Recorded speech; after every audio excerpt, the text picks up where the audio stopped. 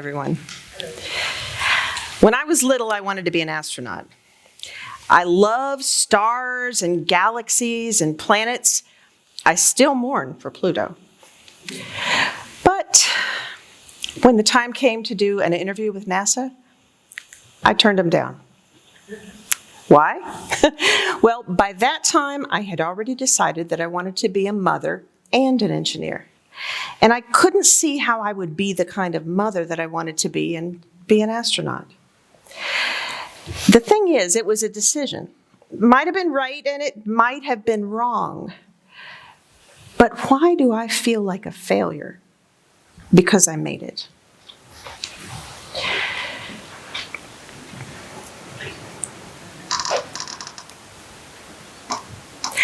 Since then, I have become the Director of Women in Engineering and K-12 Outreach for the College of Engineering at NC State University, and I've been working for 25 years to change the way we view failure in the educational institute. Now, to give you an example of what I'm talking about, I want to start with a little game. One of the things that I like to do in my classes is to use brain teasers with students. So I have a little brain teaser for you. Here are 9 dots. And what I want you to do is to see if you can connect these 9 dots with 4 straight lines. Now, once you've started, you can't lift your pen from the paper, and you can't retrace over anything that you've done before.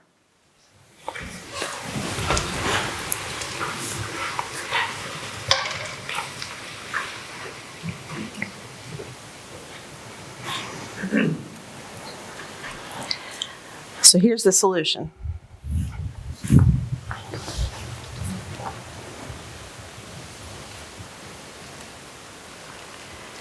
Did you think of something like that? Well, if you are like other people, you may not have thought of this solution because you had made an implicit assumption that said you had to stay within the boundaries of the 9 dots.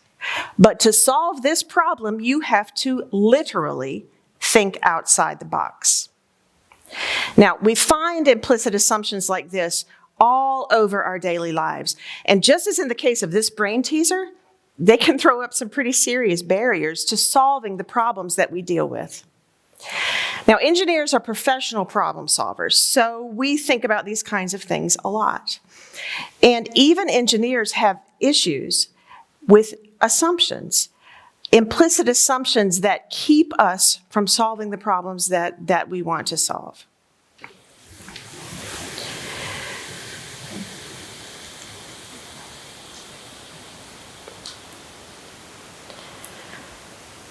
Now, the implicit assumptions that we make shape the kinds of ways that we think about problems.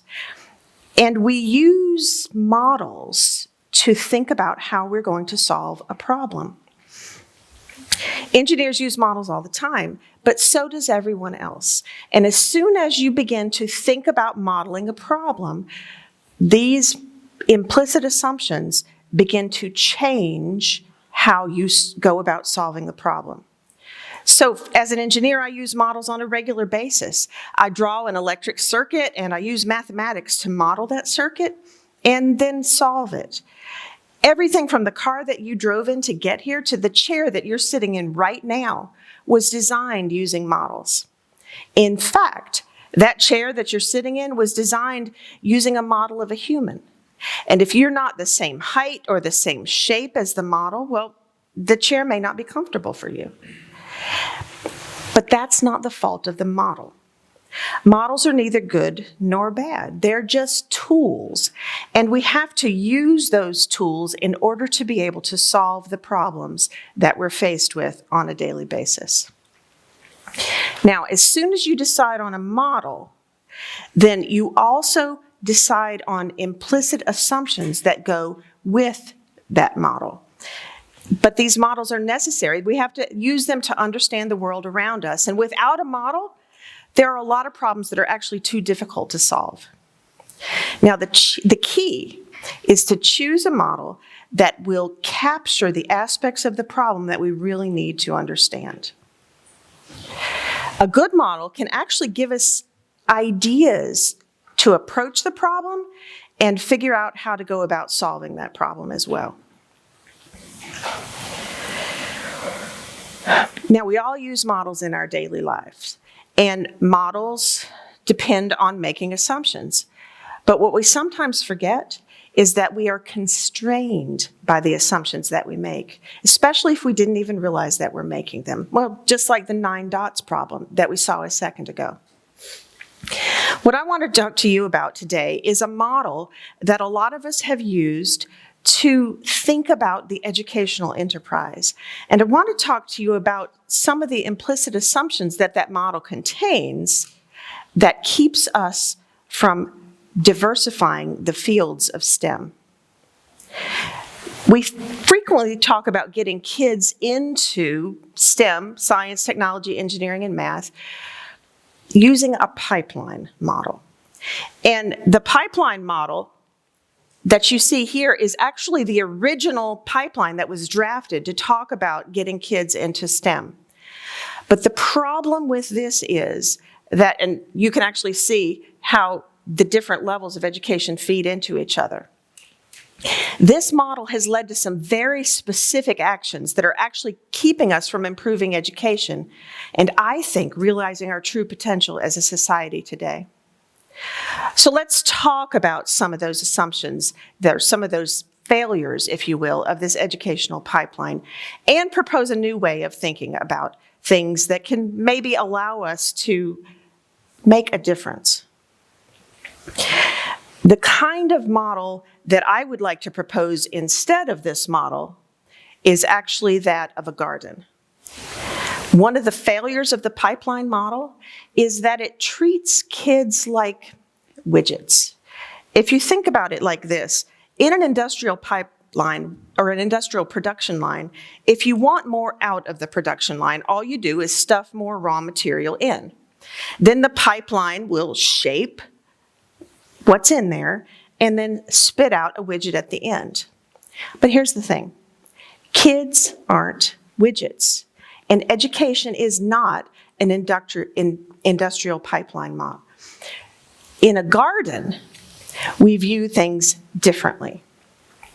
In a garden, maybe kids are plants or even seeds, and educators become the gardeners.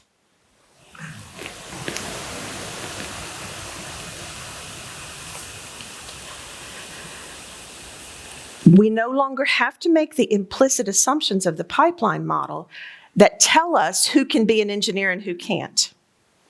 When I decided I no longer wanted to be an astronaut, well, I couldn't help but feel that I had failed because I didn't come out of the pipeline as an astronaut. And I started to wonder why I felt like a failure, even though I made the right choice for myself. The bottom line is that the pipeline model encourages the mindset that people either fit in engineering or they don't. They either are meant to be an engineer or they weren't. And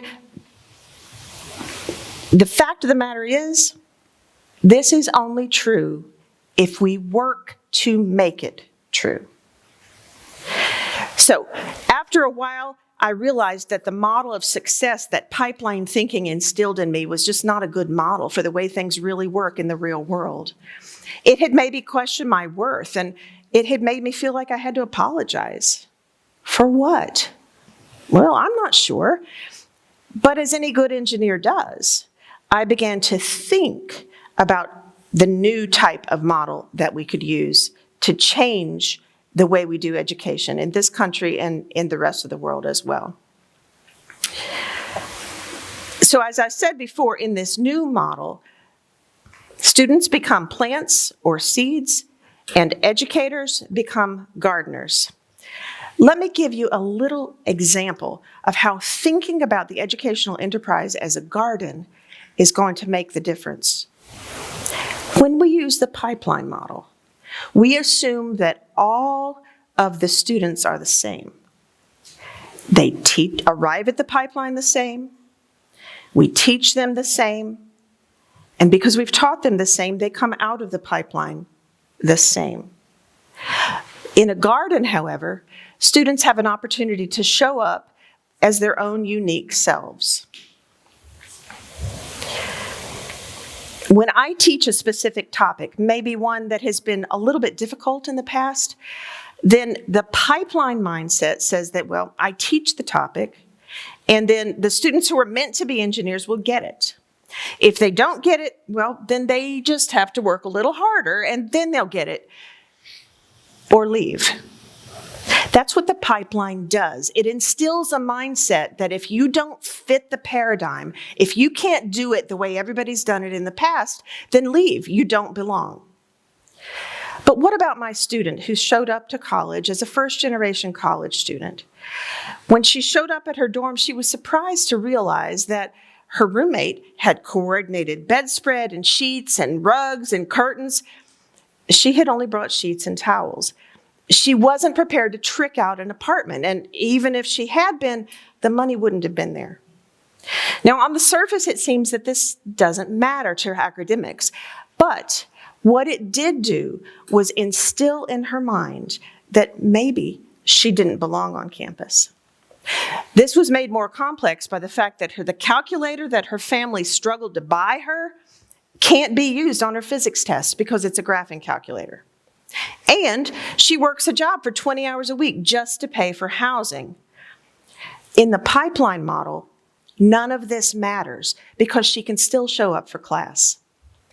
In the garden model, we realize that none of these is disqualifying for her being a fabulous student. But what it does mean is that students don't show up to the classroom all the same. Just like some seeds may show up to the garden with more stored energy than others. Even more, the garden model implies that the instructor has a responsibility to change the way they operate based on the students who arrive at their door. For example, requiring multiple assignments a week on a fixed deadline may be very difficult for a student who is also a parent. Now, some seeds need a little bit more water than others. What does that look like in an educational garden? Well, you know what? Sometimes it just looks like the professor knowing the names of their students. Sometimes all a student needs is to be seen.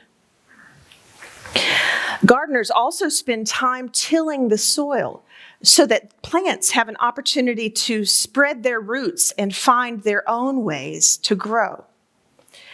In an educational garden, what that looks like is curating a classroom experience instead of preparing a lecture.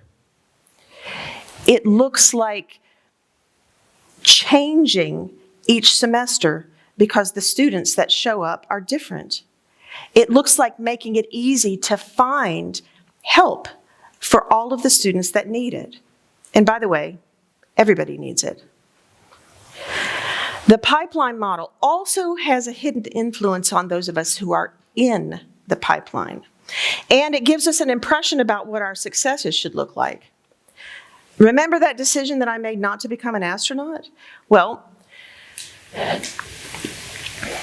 as I said, why on earth should that make me feel like a failure? I came up in a world of pipelines. If you're not moving with the flow, well, you're inadequate. Take a little bit longer because you have to work and go to school, you better leave. Let me give you another example. Once upon a time, there was an engineering student who had failed a class twice. Now, it was a required class, and normally there is no third chance. She had been told she was going to have to leave engineering. But she had only ever wanted to be an engineer. That's what the pipeline does. If you don't fit, you leave. But this student had an opportunity to be planted in a garden. In the garden, the gardener helped her figure out why she hadn't passed the class the first 2 times and worked with her to give her what she needed to eventually succeed in these classes. Today, that student's an engineer at Apple, and she brings a diverse perspective to the kinds of designs that she does there, including ideas about how neurodiversity affects how people interface with things. So let's ditch this pipeline model and let's adopt the garden model. This new model can actually give us some new perspectives that allow us to change educational outcomes. In a garden, we can celebrate what each plant brings. We know that not every plant will grow in full sun or full shade. And what this means is that we can curate the path for each individual student. We recognize that the path for each student is not the same, and that different paths are not only expected, but encouraged. The garden model also emphasizes that growth is the point. This leads to us each being able to show up as our own authentic selves. Now, gardeners also plant a variety of different plants, sometimes even planting specific plants together because they can help each other grow. This means that bringing together diverse teams can lead to better engineering solutions. For example, this is a straw that was invented by engineers who were looking to solve the problem of providing access to clean water. The problem is that the persons for whom this was intended didn't use it. Because a community that has to collect their water from a central well and then keep that well in their house where they dip from it to cook, a straw doesn't mean anything to them. It works great if you're going camping, but that's not the problem that it set out to solve. Had there been someone on that design team who had a little bit more understanding about water insecurity, well, they might have come up with a completely different solution. The perspective that's encouraged by the garden model has value in academia, yes, but also in government, in industry, and in many other places beyond school. If employers would stop treating their employees as widgets, then things like the Great Resignation might not happen. Those of us who are in the workforce have lately been doing a lot of rethinking about our assumptions of what's needed for success. And that's led us to change a lot of things about our reality in the last couple of years. Remember how at the very beginning of this talk, I told you that I used to think I had somehow failed because I didn't become an astronaut? Well, now I know I didn't fail. In fact, I'm where I'm supposed to be. And in this job as an educator, I even have a student who became an astronaut. In this job, I actually have a lot more ways to succeed than I ever would have had I chosen a different path. I suggest that we all think about the kinds of models that are exercising control over our lives. Become our own gardeners, if you will. Then we can find a way to exceed the bounds of our implicit assumptions about what we're supposed to be. If we do that, maybe plant ourselves in a different garden, then we will have an opportunity to find real success. Thank you.